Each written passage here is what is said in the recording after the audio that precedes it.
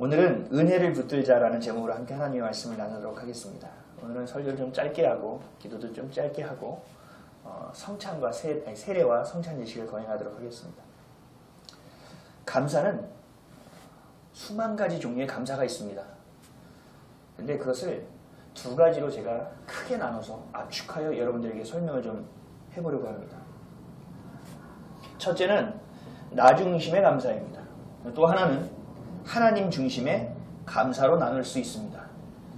나 중심의 감사는 늘 무언가를 받았을 때 하는 감사예요. 그리고 정말 감사함을 경험했을 때 하게 되는 감사예요. 하지만 하나님의 중심의 감사는 차원이 완전히 다른 감사입니다. 무언가를 받지 못해서도 할 수 있는 감사이며 무언가를 경험하지 못해서도 할 수 있는 감사가 하나님 중심의 감사입니다. 어려운 고난 가운데서도 있어도 할 수 있는 것이 바로 하나님 중심의 감사입니다. 이 감사는 우리의 상식을 뛰어넘는 감사입니다. 세상의 것들을 뛰어넘는 감사입니다. 하나님의 말씀하신 하나님의 중심의 감사는 보이는 것에 국한되어지지 않습니다. 그리고 내 삶의 처지와 형편, 상황, 범위와 영역에 국한되거나 제한되어지지도 않습니다.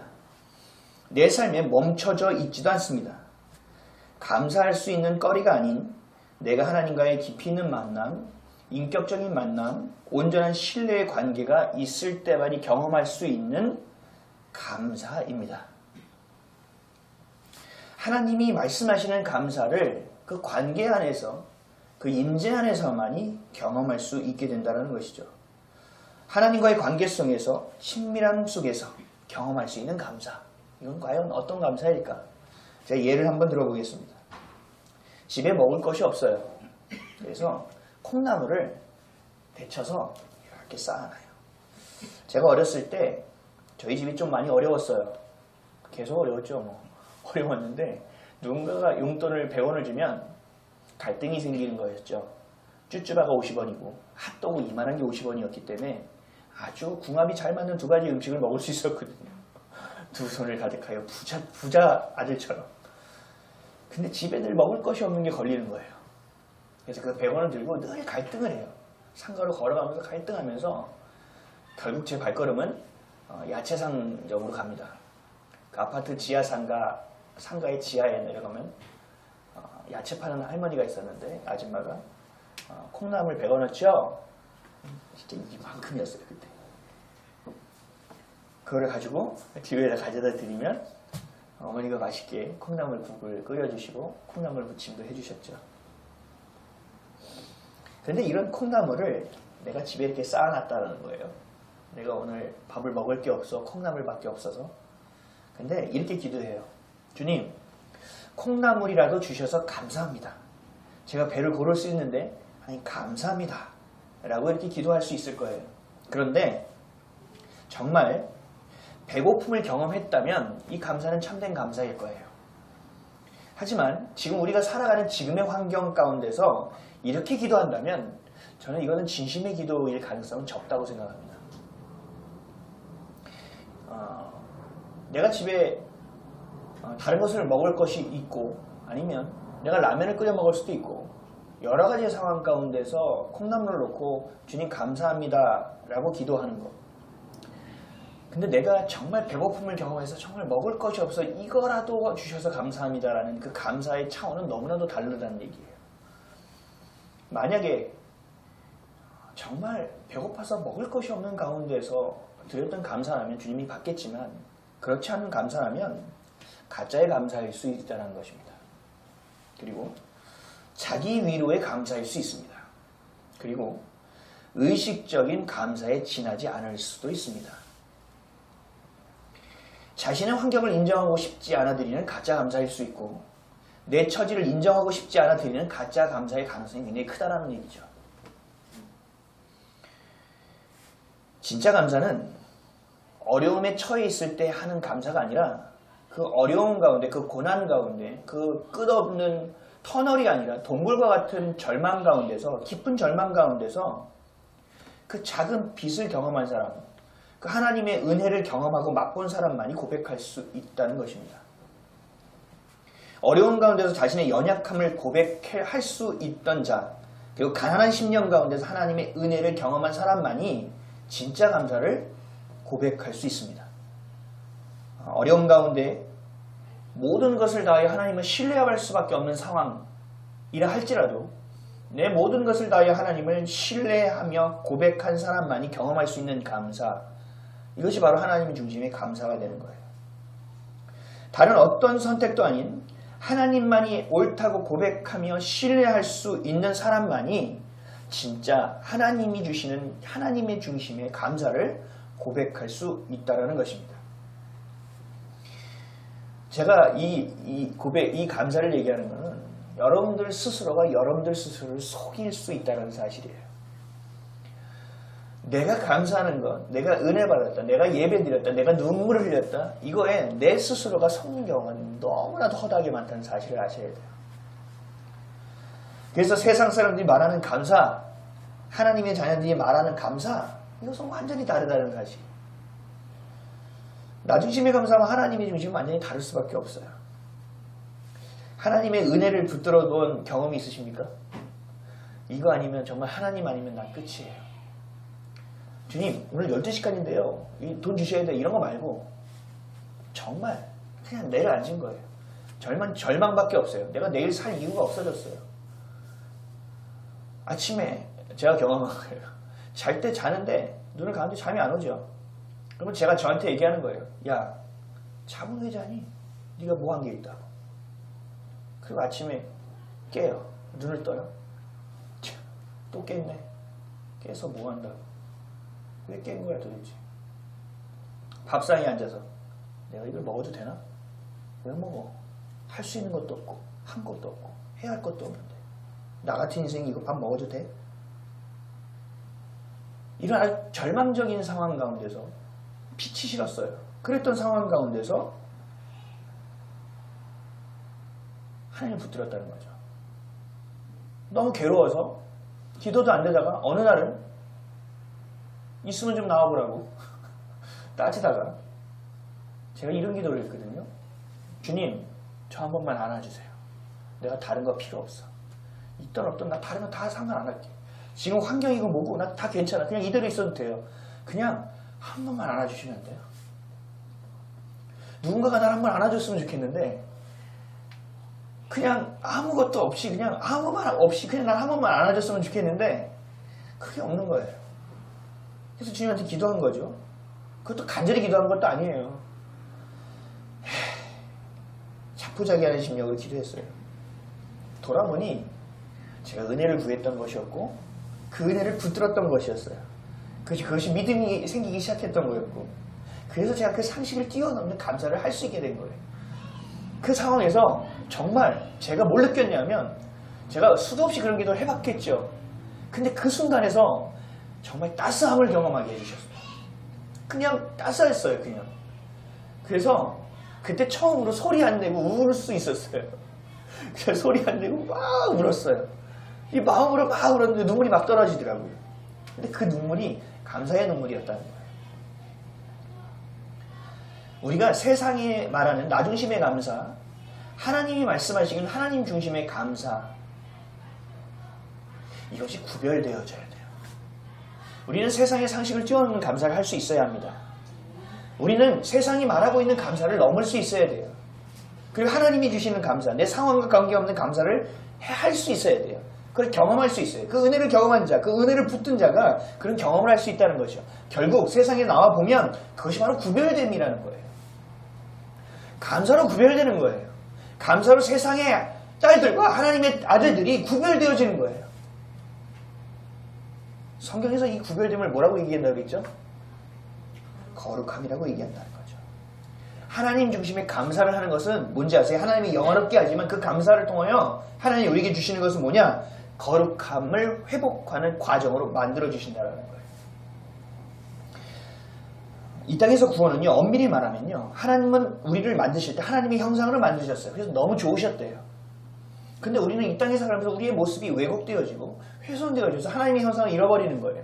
형상은 얼굴의 모습만을 얘기하는 것이 아니에요. 우리의 인품과 우리의 성품과 우리의 성격과 우리의 모든 것을 얘기해요. 우리의 삶의 생각의 모양까지도 얘기한다고요. 그것이 훼손되어져 가는 거예요. 그것이 예수를 그리스도로 만나고 십자가의 보혈로 묶이는 그 순간, 성령이 나에게 와주시는 순간부터 우리는 변해지기 시작해요. 뭘로요? 하나님이 만들어진 그 형상의 모습으로 다시 회귀하는 거예요. 하나님의 아들이다, 딸이다, 너는 내 자녀다, 너는 의인이야 라고 딱 칭함받는 순간부터 우리가 죄인이 아닌 것이 아니라 그 의인으로서의 과정을 밟아간다는 거예요. 이걸 신학적인 용어로 성화라고 얘기하잖아요. 그렇죠? 그 안에서 하나님은 회복시켜가는 거예요. 왜곡된 것으로서부터 다시 하나님의 형상으로 우리의 삶, 모습, 생각, 형상 모든 것이 돌이켜지는 과정 밟게 한다는 거죠. 그 과정을 밟고 있는 자는요. 뭘 할 수 있는지 아세요? 감사할 수 있어요. 저에게 있어서 너에게 가장 큰 감사가 뭐야? 라고 물어본다면 예수님이 나의 그리스도가 되어주신 거예요. 예수님이 나를 위해서 십자가에서 죽어주신 거예요. 예수님이 나와 지금도 함께 해주시는 거예요. 이거 외에 어떠한 감사를 내가 드릴 수 있는 거예요? 회복되어지는 거예요. 우리가 구원으로 향하여 걸어가는 과정을 걷게 되어지는 것이 이 하나님 중심의 감사라는 거죠. 빌립보서 4장 6절에서 7절에 이렇게 말씀하세요. 아무것도 염려하지 말고 다만 모든 일에 기도와 간구로 너희 구할 것을 감사함으로 하나님께 아뢰라. 그리하면 모든 지각이 뛰어난 하나님의 평강이 그리스도 예수 안에서 너희 마음과 생각을 지키시리라. 아멘. 내 생각과 내 경험을 내려놓고 오직 하나님 중심의 감사함으로 주님께 아뢰일 때, 하나님 중심의 감사를 드릴 때 우리를 회복의 과정 가운데 두시겠다라는 거예요. 제가 다시 한번 읽어볼게요. 들어보세요. 아무것도 염려하지 말고 다만 모든 일에 기도와 간구로 너희 구할 것을 감사함으로 하나님께 아뢰라. 그리하면 모든 지각에 뛰어난 하나님의 평강이 그리스도 예수 안에서 너희 마음과 너희 생각을 지키시리라. 아멘. 조금 이해가 되시죠? 제가 얘기하는 여러분들이 지금 감사합니다. 길가의 장미꽃 감사, 가시 감사, 이게 거짓 감사라고 얘기하는 것이 아니에요. 여러분 그 차원에서 머물러서는 안 된다라는 이야기예요. 그 차원에서 좀 더 주님을 향하여 더 가까이 가서 하나님이 말씀하고 계시는 진정한 감사, 하나님이 세상과 구별되게 만드시고 우리를 회복시켜 나가는 그 감사까지 우리가 도달해야 된다는 거예요. 그것까지 향해야 된다는 거예요. 그런 고백이 우리 입에서 나와야 된다는 것을 말씀드리는 거예요. 그럼 정지하지 마세요. 눈빛들이 별로 안 좋아서. 아시겠죠? 내 경험과 내 생각을 내려놓고 오직 하나님께 감사를 아뢰일 때, 하나님께 중심의 감사를 드릴 때 회복의 과정을 우리에게 주시겠다라는 거예요. 거룩한 감사의 회복을 통해서 하나님은 우리를 회복시키겠다 라고 너무나 명확하게 선포하고 계시는 거죠. 한 청년이 있었어요. 한 청년은 자신을 멸망시키고 자신의 조국, 자신의 나라를 멸망시킨 나라에 와 있습니다. 그곳에서 종살이를 합니다. 종과 같은 생활을 하고 있죠. 근데 매일 하루에 3번씩 무릎을 꿇고 조국을 향하여 기도합니다. 그리고 하나님께 감사합니다. 이런 청년이 있어요. 이 청년은 감사할 거리가 없었어요. 근데 감사했어요. 이 거룩함의 감사함은 여러 사람들의 눈에 띄게 되고 여러 사람들은 모함하여 이 감사를 하지 못하도록 왕을 꼬드깁니다. 그래서 그 왕이 명령을 내려서 그렇게 감사하는 생활을 하지 못하게 막아버립니다. 그럼에도 불구하고 그 청년은 개의치 않습니다. 그리고 매일 하던 대로 3번씩 무릎을 꿇고 기도하는 것을 거르지 않습니다. 그 기도 안에 감사를 빼놓지 않습니다. 이 청년이 누구죠? 다니엘이죠. 다니엘은 이런 상황 가운데서도 어떻게 감사할 수 있었을까? 이 청년은, 이 다니엘은 무엇을 받았고 무엇을 경험했기에 이러한 감사를 할 수 있었을까? 다니엘은 예레미야 선지자의 글을 읽고 하나님이 70년 후에 예루살렘을 회복시켜 주실 것을 알았습니다.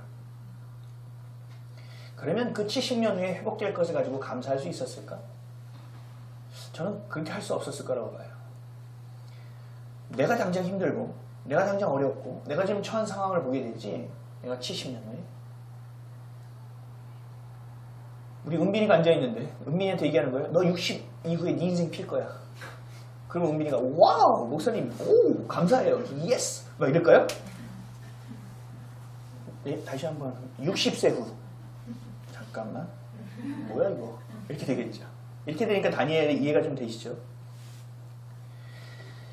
결국 지금 상황 가운데서 이 다니엘은 감사할 것이 없다라는 거예요. 감사할 수 없는 상황 가운데 다니엘은 뭐하고 있다고요? 감사하고 있다는 것에 여러분들 주목하셔야 된다는 거예요.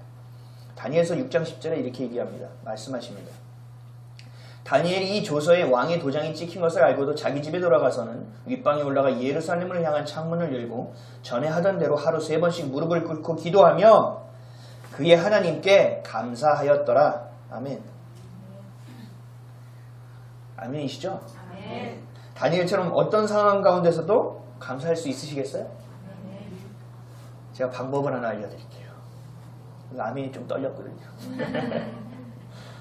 내 능력으로는 안 되고 불가능한 것을 내가 알았다면, 지금 내게 상황 가운데서 내가 할 수 있는 일이 없다라는 것을 내가 알았다면, 내가 얼마나 연약하고 내가 얼마나 부족한 존재인지를 알았다면, 이게 전제예요. 더 깊이 들어가야 된다는 거죠. 그렇다면 답은 하나가 돼야 돼요. 믿는 사람이라면 답은 하나가 돼야 돼요. 그 답 하나의 답을 붙들어야 돼요. 그게 뭐냐면요, 하나님의 은혜예요. 하나님의 은혜를 붙들어야 돼요.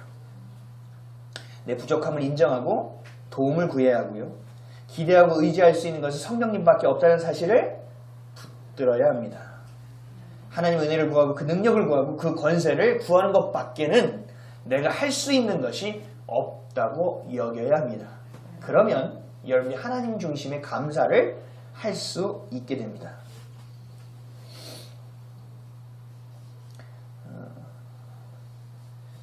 근데 안타까운 거는요, 인간이 죄성이 있어가지고 또 용기는 또 100배예요. 망해서 막 힘들어서 막 이러다가 주변에서 이렇게 막 할 수 있어, 하나님 도와주시기 않겠어? 그러면 그래? 할 수 있지? 할 수 있어! 나는 할 수 있어! 해보자! 그럼 또 자기 힘으로 해요. 기도는 주여 도와주십시오! 그러고 나와서 자기 힘으로 해요. 아니, 저는 이게 너무 안타까워요. 소크라테스가 얘기했죠. 제가 늘 인용하는 말이죠. 소크라테스가 뭐라고 얘기했죠? 제발 너 자신 알아야 돼요. 내 자신을 알아야 돼. 난 부족한 자야. 난 연약한 자야. 난 주님 없이는 할 수 없어. 십자가의 은혜 없이는 난 주님께 나아갈 수 없는 존재야. 내가 이렇게 여기까지 이뤘지만 이것도 은혜인데, 이 앞으로는 나는 정말 은혜 없이 붙잡지 않고 나는 절대로 살아갈 수 없어. 너무나 처참한 인생이야. 너무나 참혹한 인생이야. 야, 내가 언제까지 이 시간을 이렇게 허비하고 허망하게 보낼 거야. 더 이상은 속지 말고 살아야지. 더 이상은 내가 허망하게 살지 말아야지. 라고 주님 앞에 나아갈 수 있어야 된다는 거죠. 하면 할수록 언덕합니다. 하면 할수록 돌이킬 수 없는 상황까지 가는 것이 바로 인간이라는 존재. 이것을 여러분 알아야 돼요. 죄라는 것은요, 누룩 조금만 들어가면 모든 것을 변질시켜 버리는 것과 같이 우리를 변질시키는 거예요. 완전히 하나님이 아무리 선한 것으로 줘도 관계없어요. 그 죄가 들어가면 끝나는 거예요. 하나님이 사람을 창조하시고 너무 좋으셨잖아요. 죄가 들어가는 건 어떻게 돼요? 쫓겨나가는 거예요. 그래서 수고하고 살아갈 수밖에 없고 죄에 노출되어 살아갈 수밖에 없는 상황이 되어버리는 거예요. 제가 늘 말씀드리죠. 돈이 나쁜 건가요? 돈이면 이가 갈리십니까? 아니, 돈 주면 좋으십니까? 돈이 있어야 사람을 살릴 수도 있어요. 돈이 있어야 거룩한 일도 할 수 있다고요. 근데 그 돈에 죄가 들어가니까 어떻게 됩니까? 욕심이 되고 야망이 되고 더 가져야 되고 더 좋은 걸 가져야 되고 내 눈에 보기에 좋은 것들, 남들이 이야기하기에 좋은 것들만 취하는 자가 되어버리잖아요. 문제인 거잖아요. 하나님이 세상의 것들을 너무나 다 좋게 만드셨는데 죄가 들어가면 그렇게 모든 것이 변질되어진다는 걸 아셔야 돼요. 이게 죄의 너무나도 위력적인 거예요. 그럼 나는 그 죄에 노출되어 있다는 사실을 알아야 된다고요. 나는 그 죄의 위력에 노출되어 있구나. 그러면 어떻게 돼요? 이것을 이길 수 있는 것은 뭐예요? 내가 정신을 바짝 차리면 되나요? 내가 말씀을 200독 하면 되나요? 아니죠. 주님의 그늘 아래 가 있어야죠. 그 십자가 앞에 내가 가 무릎 꿇고 있어야죠. 주님만이 나를 구원하실 수 있는 나의 반석이시요 나의 산성이시며 나의 구원이십니다라는 시편 기자의 고백과 같이 주님 안에서 그 고백을 하고 있어야죠. 죄를 지은 요압이라는 장군이 다윗에게 죽을 것 같으니까 뛰어가서 번제다 있는 뿔을 잡잖아요. 그것처럼 여러분들 십자가에 나와서 십자가를 붙들어야죠. 구해달라고. 나는 그럴 수 없는 존재입니다. 내가 저의 영향권에 오늘도 있습니다. 주님, 내가 오늘 밖을 향하여 이 발걸음을 떼는 것 자체가 두렵습니다. 그러나 주님, 오늘도 동행해 주실 거죠? 주님, 오늘도 나를 붙들어 주실 거죠? 오늘을 살아갈 수 있는 주님 말씀을 주세요. 제가 오늘 이 말씀 붙잡고 한번 살아볼게요. 그리고 때에 따라서 큰 일이든 작은 일이든 경중에 관계없이 신호애락에 관계없이 그 모든 것을 주님께 순간순간마다 고백하는 거죠. 주님, 저 잘했어요? 주님, 어떻게 하죠? 주님, 저 아파요. 주님, 저 힘든데요? 주님, 저 답답해요. 주님, 저 사람 짜증나요. 주님과의 계속적인 고백, 그 십자가 앞에 나아가는 것을 쉬지 않고 할 수 있어야 된다는 거예요. 그게 오늘 본문이에요. 오늘 본문 다 같이 한번 읽어볼까요? 시작. 항상 기뻐하라, 쉬지 말고 기도하라, 범사에 감사하라. 이것이 그리스도 예수 안에서 너희를 하시는 하나님의 뜻입니다. 아멘. 이렇게 돼야 돼요. 방법이 없어요, 사실. 근데 이렇게 되면, 이렇게 하나님의 뜻대로 가면 주님이 일하신대요. 주님이 하시겠대요. 그 은혜는, 우리가 붙드는 그 은혜는 나를 긍휼히 여기셔서 나의 아버지, 아빠 되신 하나님이 나에게 베푸시는 사랑입니다. 하나님의 자녀된 자에게 주시는 사랑입니다. 자신의 중심에 모든 것이 맞춰 있다면 하나님은 어떤 간절한 상황에서도 여러분들의 기도를 들어주시지 않습니다. 반대로 지금 여러분은 어떤 고난과 상황과 상태에 있더라도 여러분들의 뜻이 아니라 여러분들의 뜻을 하나님의 뜻으로 옮겨놓은 자라면, 내 중심을 하나님의 중심으로 옮겨온 자라면, 내 꿈과 야망이 아니라 하나님의 꿈을 취하여 나의 비전으로 삼은 자라면 감사할 수 있습니다. 어떤 상황 가운데서도 감사할 수 있습니다. 어떤 고난 가운데서도 기뻐할 수 있습니다. 절대로 빼앗기지 않습니다. 하지만 하나님의 꿈이 아니라면, 내 꿈이라면, 하나님의 뜻이 아니라 내 뜻이라면 감사할 수 없습니다. 잘 되면 내가 잘났으니까, 안 되면 너 때문이니까, 이런 철없고 가벼운 인생으로 살아갈 수밖에 없는 것입니다. 사랑하는 성도 여러분, 여러분은 어떤 감사를 하고 계십니까?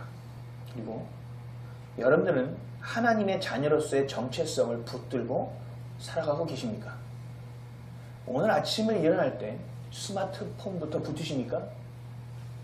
아니면 물장부터 붙으십니까? 아니면 하나님의 은혜부터 붙으십니까? 여러분들이 그리스도인으로 살아가고 계십니까? 그 사랑을 받고 그 사랑으로 살아가고 계십니까?